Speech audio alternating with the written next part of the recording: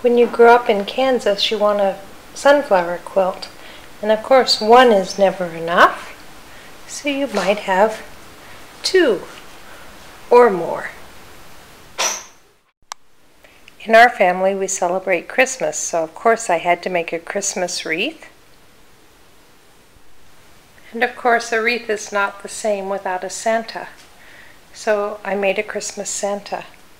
Sometimes I put them on ribbons between the two pieces, and that way I can hold them over a door, and we have more space in our house for quilting things.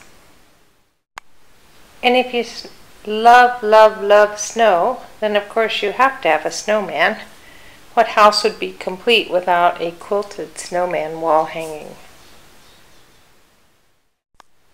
My family celebrates Halloween, so of course I had to make a Halloween wall hanging.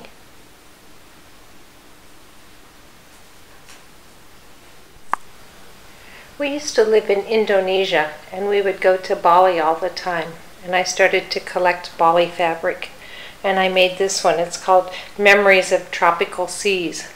And I put fish in the corner of each block. And for most quilts, you put a name tag on the back. So you'll see this one is a fish, and it says Memories of Tropical Seas, pieced by Julia Simens. Memories of Indonesia. When we were in Indonesia, my daughter wanted to make her first quilt, so we did a very easy quilt for her to do, and she loved stars and moons, so she picked out the fabric and made this type of quilt. And she put on her block stars. First quilt pieced by Jackie Simens, hand quilted by Nirma, Duri, Indonesia, 2002. So this is Jackie's version of stars. She did a nice job. She had stars and moons in the border. This is Grant's quilt. He was only 3, but he wanted to do something similar to his sisters. So he too picked stars.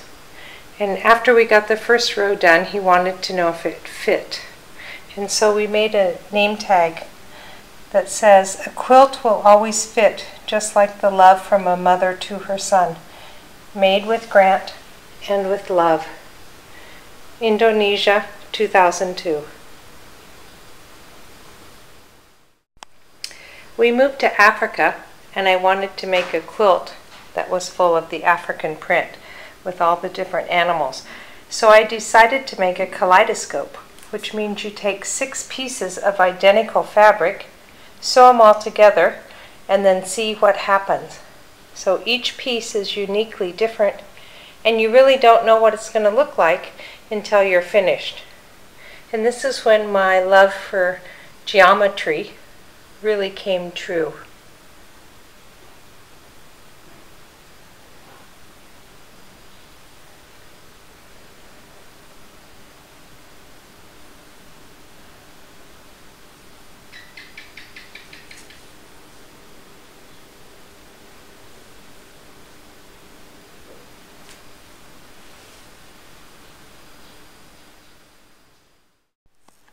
Sometimes quilters have inside jokes.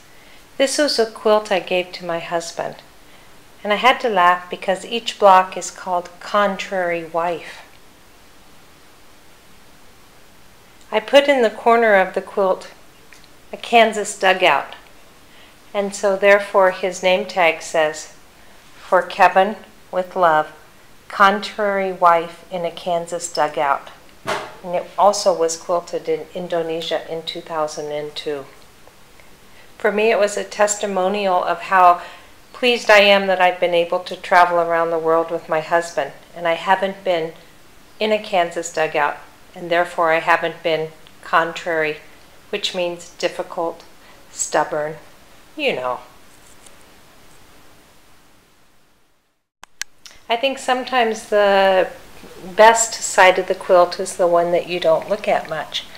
But the quilting can be wonderful. The back side of the quilt, if it is a plain color and you just have beautiful stitching, may be more interesting than the front part of the quilt.